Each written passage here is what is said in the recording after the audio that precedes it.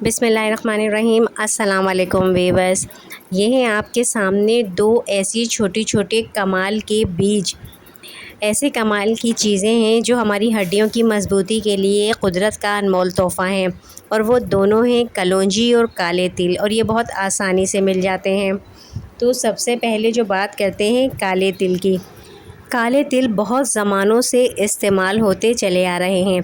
इनमें मौजूद calcium, magnesium, zinc और कॉपर हड्डियों की कसाफत को बढ़ाते हैं। काले तिल ना सिर्फ हड्डियों को मजबूत बनाते हैं बल्कि बालों, जिल्द, दिल और दिमाग के लिए भी बहुत अच्छे होते हैं। अब ये कितना और किस मिकदार में लेना चाहिए, ये मैं आपको आगे बताती हूँ। अब दूसरी चीज़ है कलौंजी। कलौंजी में भी कैल्शियम, प्रोटीन और एक ख़ास किस्म का ऐसा जुज़ पाया जाता है जो ना सिर्फ हड्डियों को मजबूत बनाता है बल्कि जोड़ों की सोजिश और दर्द को भी कम करता है। कलौंजी मैदे को भी दुरुस्त रखती है, ग़िज़ाई अज्जा को अच्छी तरह जिस्म में जज़्ब कराती है और यूँ हड्डियों को ग़िज़ाइयत पहुँचाती है। अब ये है कि इन दोनों चीज़ों को कितना और किस मिकदार में इस्तेमाल कर सकते हैं। आम सेहतमंद अफराद, मर्द या ख़वातीन, दिन में 1/4 चम्मच कलौंजी और 1 चम्मच काला तिल आराम से इस्तेमाल कर सकते हैं। कलौंजी गर्म होती है, इसका बेतहाशा इस्तेमाल ना करें। 1/4 चम्मच समझें, 2 चुटकी समझ लें आप। और वो अफराद जो बुढ़ापे के बाइस जिनकी हड्डियां कमज़ोर हैं, ये उनके लिए और भी ज़्यादा फ़ायदेमंद हैं।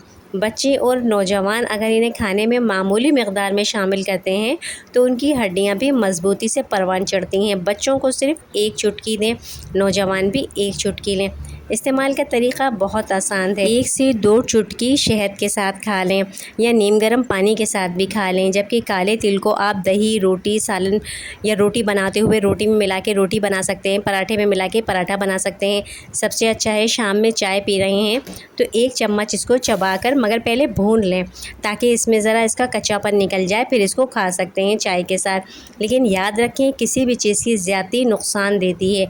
कलौंजी की तासीर गर्म होती है और ज़्यादा खाने से मैदे में जलन हो सकती है। इस तरह काले तिल ज़्यादा इस्तेमाल करने से बाज़ अफराद में कुछ मसले हो सकते हैं। हर चीज़ को एतदाल में इस्तेमाल करें, अच्छी तरह समझ के फिर इस्तेमाल करें ताकि आपकी हड्डियाँ उम्र भर मजबूत रहें, हड्डियों के दर्द से बचाव हो, साथ साथ जिल्द, सेहत और दिमाग भी अच्छा हो।